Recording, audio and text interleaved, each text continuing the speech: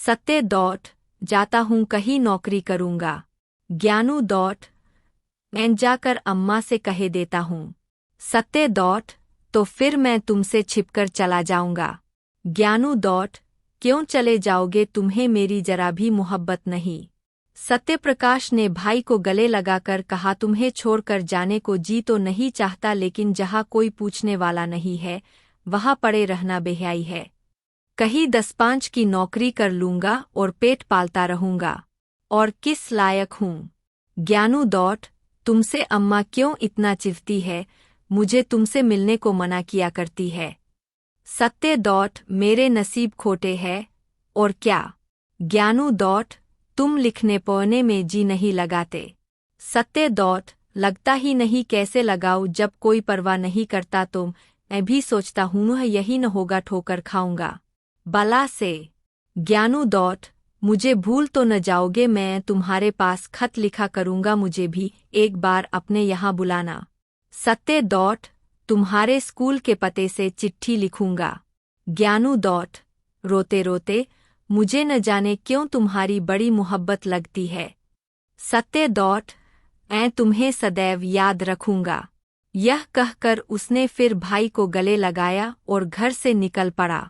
पास एक कौड़ी भी न थी और वह कलकत्ते जा रहा था। 5 सत्यप्रकाश कलकत्ते क्यों कर पहुंचा, इसका वृत्तांत लिखना व्यर्थ है। युवकों में दुस्साहस की मात्रा अधिक होती है। वे हवा में किले बना सकते हैं, धरती पर नाव चला सकते हैं। कठिनाइयों की उन्हें कुछ परवाह नहीं होती, अपने ऊपर असीम विश्वास होता है। कलकत्ते पहुंचना ऐसा कष्टसाध्य न था। सत्यप्रकाश चतुर युवक था। पहले ही उसने निश्चय कर लिया था कि कलकत्ते में क्या करूँगा, कहाँ रहूँगा। उसके बैग में लिखने की सामग्री मौजूद थी। बड़े शहर में जीविका का प्रश्न कठिन भी है और सरल भी है। सरल है उनके लिए जो हाथ से काम कर सकते हैं, कठिन है उनके लिए जो कलम से काम करते हैं। सत्यप्रकाश मजदूरी करना नीच काम समझता था। उसने एक धर्मशाला में असबाब रखा। बाद में शहर के मुख्य स्थानों का निरीक्षण करके एक डाकघर के सामने लिखने का सामान लेकर बैठ गया और अपर मजदूरों की चिट्ठियां, मनी ऑर्डर आदि लिखने का व्यवसाय करने लगा। पहले कई दिन तो उसको इतने पैसे भी न मिले कि भरपेट भोजन करता, लेकिन धीरे धीरे आमदनी बढ़ने लगी। वह मजदूरों से इतने विनय के साथ बातें करता और उनके समाचार इतने विस्तार से लिखता कि बस वे पत्र को सुनकर बहुत प्रसन्न होते। अशिक्षित लोग एक ही बात को 2-2, 3-3 बार लिखाते हैं। उनकी दशा ठीक रोगियों की सी होती है, जो वैद्य से अपनी व्यथा और वेदना का वृत्तांत कहते नहीं थकते। सत्यप्रकाश सूत्र को व्याख्या का रूप देकर मजदूरों को मुग्ध कर देता था। एक संतुष्ट होकर जाता तो अपने कई अन्य भाइयों को खोज लाता। एक ही महीने में उसे 1 रू रोज मिलने लगा। उसने धर्मशाला से निकलकर शहर से बाहर 5 रू महीने पर एक छोटी सी कोठरी ले ली। 1 जून खाता, बर्तन अपने हाथों से धोता, जमीन पर सोता। उसे अपने निर्वासन पर जरा भी खेद और दुख न था। घर के लोगों की कभी याद न आती। वह अपनी दशा पर संतुष्ट था। केवल ज्ञानप्रकाश की प्रेमयुक्त बातें न भूलती। अंधकार में यही एक प्रकाश था। विदाई का अंतिम दृश्य आँखों के सामने फिरा करता। जीविका से निश्चिंत होकर उसने ज्ञानप्रकाश को एक पत्र लिखा। उत्तर आया तो उसके आनंद की सीमा न रही। ज्ञानू मुझे याद करके रोता है, मेरे पास आना चाहता है, स्वास्थ्य भी अच्छा नहीं है। प्यासे को पानी से जो तृप्ति होती है, वही तृप्ति इस पत्र से सत्यप्रकाश को हुई। मैं अकेला नहीं हूँ, कोई मुझे भी चाहता है, मुझे भी याद करता है। उसी दिन से सत्यप्रकाश को यह चिंता हुई कि ज्ञान के लिए कोई उपहार भेजूं। युवकों को मित्र बहुत जल्द मिल जाते हैं। सत्यप्रकाश को भी कई युवकों से मित्रता हो गई थी। उनके साथ कई बार सिनेमा देखने गया, कई बार बूटी भंग शराबकबाब की भी ठहरी। आईना तेल कंघी का शौक भी पैदा हुआ, जो कुछ पाता उड़ा देता। बड़े वेग से नैतिक पतन और शारीरिक विनाश की ओर दौड़ा चला जाता था। इस प्रेमपत्र ने उसके पैर पकड़ लिए। उपहार के प्रयास ने इन दुर्व्यसनों को तिरोहित करना शुरू किया। सिनेमा का चस्का छूटा, मित्रों को हीले वाले करके टालने लगा। भोजन भी रूखा सूखा करने लगा। धनसंचय की चिंता ने सारी इच्छाओं को परास्त कर दिया। उसने निश्चय किया कि अच्छी सी घड़ी भेजूं। उसका दाम कम से कम 40 रु होगा। अगर 3 महीने तक 1 कौड़ी का भी अपव्यय न करूं तो घड़ी मिल सकती है। ज्ञानू घड़ी देखकर कैसा खुश होगा। अम्मा और बाबूजी भी देखेंगे। उन्हें मालूम हो जाएगा कि मैं भूखों नहीं मर रहा हूँ। किफ़ायत की घुन में वह बहुधा दियाबत्ती भी न करता। बड़े सबेरे काम करने चला जाता और सारे दिन 2-4 पैसे की मिठाई खाकर काम करता रहता। उसके ग्राहकों की संख्या दिन दूनी होती जाती थी। चिट्ठी पत्री के अतिरिक्त अब उसने तार लिखने का भी अभ्यास कर लिया था। 2 ही महीने में उसके पास 50 रु एकत्र हो गए और जब घड़ी के साथ सुनहरी चेन का पार्सल बनाकर ज्ञानू के नाम भेज दिया तो उसका चित्त इतना उत्साहित था मानो किसी निस्संतान पुरुष के बालक हुआ हो। सेक्स घर कितनी कोमल पवित्र मनोहर स्मृतियों को जागृत कर देता है। यह प्रेम का निवास स्थान है। प्रेम ने बहुत तपस्या करके यह वरदान पाया है। किशोरावस्था में घर माता पिता भाई बहन सखी सहेली के प्रेम की याद दिलाता है। प्रौढ़ावस्था में गृहिणी और बाल बच्चों के प्रेम की यही वह लहर है जो मानव जीवन मात्र को स्थिर रखता है, उसे समुद्र की वेगवती लहरों में बहने और चट्टानों से टकराने से बचाता है। यही वह मंडप है जो जीवन को समस्त विघ्न बाधाओं से सुरक्षित रखता है। सत्यप्रकाश का घर कहा था, वह कौन सी शक्ति थी जो कलकत्ते के विराट प्रलोभनों से उसकी रक्षा करती थी। माता का प्रेम, पिता का स्नेह, बाल बच्चों की चिंता नहीं, उनका रक्षक उद्धारक, उसका पारितोषिक केवल ज्ञान प्रकाश का स्नेह था। उसी के निमित्त वह एक एक पैसे की किफ़ायत करता था, उसी के लिए वह कठिन परिश्रम करता था और धनोपार्जन के नए नए उपाय सोचता था। उसे ज्ञान प्रकाश के पत्रों से मालूम हुआ था कि इन दिनों देवप्रकाश की आर्थिक स्थिति अच्छी नहीं है।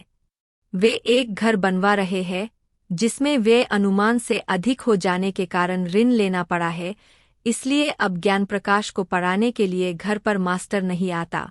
तब से सत्यप्रकाश प्रतिमाह ज्ञानू के पास कुछ न कुछ अवश्य भेज देता था। वह अब केवल पत्रलेखक न था, लिखने के सामान की एक छोटी दुकान भी उसने खोल ली थी। इससे अच्छी आमदनी हो जाती थी। इस तरह 5 वर्ष बीत गए। रसिक मित्रों ने जब देखा कि अब यह हत्थे नहीं चढ़ता तो उसके पास आना जाना छोड़ दिया। 7 संध्या का समय था। देवप्रकाश अपने मकान में बैठे देवप्रिया से ज्ञानप्रकाश के विवाह के संबंध में बातें कर रहे थे। ज्ञानू अब 17 वर्ष का सुंदर युवक था। बाल विवाह के विरोधी होने पर भी देवप्रकाश अब इस शुभ मुहूर्त को न टाल सकते थे, विशेषतः जब कोई महाशय 50,000 रु दायज देने को प्रस्तुत हों। देवप्रकाश, मैं तो तैयार हूँ, लेकिन तुम्हारा लड़का भी तो तैयार हो। देवप्रिया, तुम बातचीत पक्की कर लो, वह तैयार हो ही जाएगा। सभी लड़के पहले नहीं करते हैं। देव डॉट ज्ञानू का इनकार केवल संकोच का इनकार नहीं है, वह सिद्धांत का इनकार है। वह साफ साफ कह रहा है कि जब तक भैया का विवाह न होगा मैं अपना विवाह करने पर राजी नहीं हूँ। देवप्रिया, उसकी कौन चलावे, वहाँ कोई रखेली रख ली होगी, विवाह क्यों करेगा, वहाँ कोई देखने जाता है।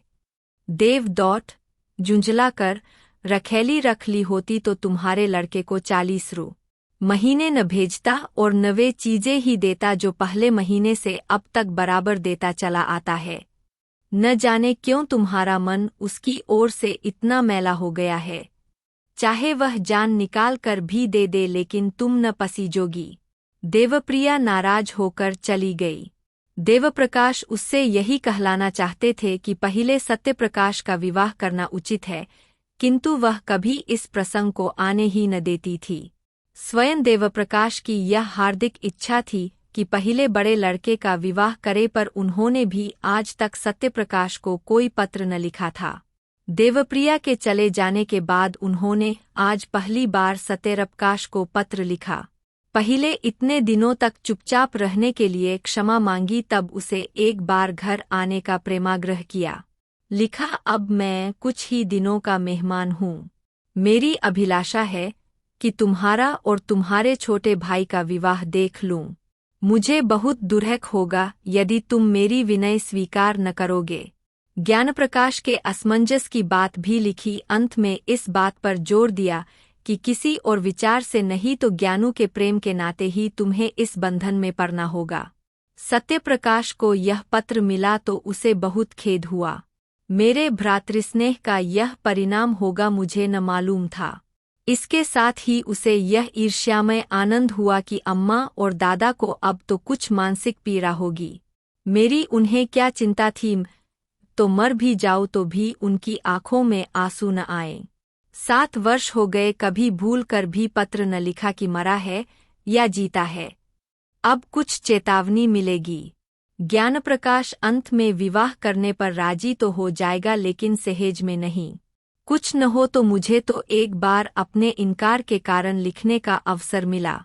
ज्ञानू को मुझसे प्रेम है, लेकिन उसके कारण मैं पारिवारिक अन्याय का दोषी न बनूंगा। हमारा पारिवारिक जीवन संपूर्णतः अन्यायमय है। यह कुमति और वैमनस्य, क्रूरता और नृशंसता का बीजारोपण करता है। इसी माया में फंस कर मनुष्य अपनी संतान का शत्रु हो जाता है। न मैं आँखों देखकर यह मक्खी न निगलूंगा। मैं ज्ञानू को समझाऊंगा अवश्य। मेरे पास जो कुछ जमा है वह सब उसके विवाह के निमित्त अर्पण भी कर दूंगा। बस इससे ज्यादा मैं और कुछ नहीं कर सकता। अगर ज्ञानू भी अविवाहित रहे तो संसार कौन सूना हो जाएगा। ऐसे पिता का पुत्र क्या वंश परंपरा का पालन न करेगा? क्या उसके जीवन में फिर वही अभिनय न दोहराया जाएगा जिसने मेरा सर्वनाश कर दिया? दूसरे दिन सत्यप्रकाश ने 500 रु पिता के पास भेजे और पत्र का उत्तर लिखा कि मेरा अहोभाग्य जो आपने मुझे याद किया। ज्ञानू का विवाह निश्चित हो गया, इसकी बधाई। इन रुपयों से नववधू के लिए कोई आभूषण बनवा दीजिएगा। रही मेरे विवाह की बात, मैंने अपनी आँखों से जो कुछ देखा है और मेरे सिर पर जो कुछ बीता है उस पर ध्यान देते हुए यदि मैं कुटुंबपाश में फंसूं तो मुझसे बड़ा उल्लू संसार में न होगा। मुझे आशा है आप मुझे क्षमा करेंगे। विवाह की चर्चा ही से मेरे हृदय को आघात पहुंचता है। दूसरा पत्र ज्ञानप्रकाश को लिखा कि माता-पिता की आज्ञा को शिरोधार्य करो। मैं अपर मूर्ख बुद्धिहीन आदमी हूँ, मुझे विवाह करने का कोई अधिकार नहीं है। मैं तुम्हारे विवाह के शुभोत्सव में सम्मिलित न हो सकूंगा, लेकिन मेरे लिए इससे बढ़कर आनंद और संतोष का कोई विषय नहीं हो सकता। देवप्रकाश यह पढ़कर अवाक रह गए। फिर आग्रह करने का साहस न हुआ। देवप्रिया ने नाक सिकोड़ कर कहा, यह लौंडा देखने को सीधा है जहर का बुझाया हुआ। कैसा 100 कोस से बैठा हुआ बर्छियों से छेद रहा है। किंतु ज्ञानप्रकाश ने यह पत्र पढ़ा तो उसे मर्माघात पहुंचा। दादा और अम्मा के अन्याय ने ही उन्हें यह भीषण व्रत धारण करने पर बाध्य किया है। इन्हीं ने उन्हें निर्वासित किया है और शायद सदा के लिए। न जाने अम्मा को उनसे क्यों इतनी जलन हुई। मुझे तो अब याद आता है कि किशोरावस्था ही से वे बड़े आज्ञाकारी, विनयशील और गंभीर थे। अम्मा की बातों का उन्हें जवाब देते नहीं सुना। मैं अच्छे से अच्छा खाता था, फिर भी उनके तीवर मैले न हुए, हालांकि उन्हें जलना चाहिए था। ऐसी दशा में अगर उन्हें गार्हस्थ जीवन से घृणा हो गई तो आश्चर्य ही क्या, फिर मैं ही क्यों इस विपत्ति में फंसूं? कौन जाने मुझे भी ऐसी ही परिस्थिति का सामना करना पड़े। भैया ने बहुत सोच समझ कर यह धारणा की है। संध्या समय जब उसके माता-पिता बैठे हुए इसी समस्या पर विचार कर रहे थे, ज्ञानप्रकाश ने आकर कहा, मैं कल भैया से मिलने जाऊंगा।